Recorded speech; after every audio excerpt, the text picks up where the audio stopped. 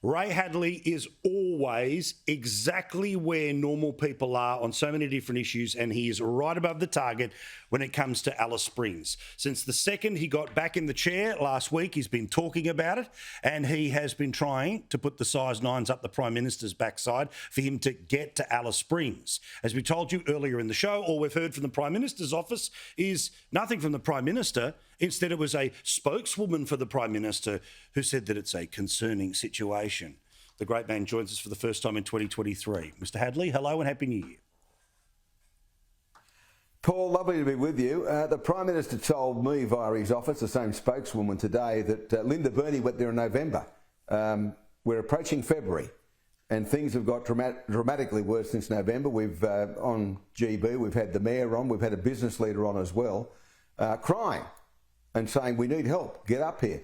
I spoke to Liam Mendez from The Australian today, your colleague. He couldn't believe what he encountered from Thursday on, just lawlessness on the streets, in broad daylight, attacking people in hotels and the like and using metal poles. I said quite clearly late last week, and I use language that people might think is inappropriate for a Prime Minister, but he comes from a housing mission estate just like me. I said, get your ass into gear and get up there. Now, he's taken no heed of that, and as you've revealed at the opener of the show, Peter Dutton, the opposition leader, reached out to him, as did Jacinta Price, but Peter Dutton said, look, in a bipartisan way, we'll both travel there and confront what's happening in Alice Springs. That was no way accepted. No, I'm not going. So Dutton says, well, unless the Prime Minister goes, not much point me going. And then remarkably this morning, you know, as is normally the case, they do the rounds of morning TV, the ABC morning program, followed by Sunrise Today or vice versa. Not one question was posed to him about Alice Springs by anyone on those three networks, 9, 7 or the ABC. It's like they live in a vacuum and they don't understand what's happening. It's a war zone out there, a war zone. And we got into Scott Morrison for stupidly going to Hawaii during a fire crisis. Well, we've got a crisis at Alice Springs. And the Prime Minister seems to think a yarn to Bill Gates and selfies with his puppy dog are more important than the poor buggers at Alice Springs who are fighting a war they can't possibly win. Well, and obviously, if this was Annandale in the inner west of Sydney, it'd be every cop car in Sydney would be heading there. There'd be almost rolling coverage of it. But this is the nearest, biggest city near Uluru. We are supposedly having a national conversation about Indigenous Australia. Well, Indigenous Australians are bashing up other Indigenous Australians because white people in Darwin turned around and said, let the grog flow. Well, you've got to remember, this is, and Liam Mendez from The Australian made the point to me this morning, having been there now for nearly 5 days. It's not a racial issue. They're punching and belting the tripe out of Indigenous people as much as they're punching and belting the tripe out of non-Indigenous people. They don't bar anyone. And the police are powerless. They put them in a community bus and sent them back to the camps outside of town. Liam told me that within an hour they're on foot back into town again. And your businesses are terrified.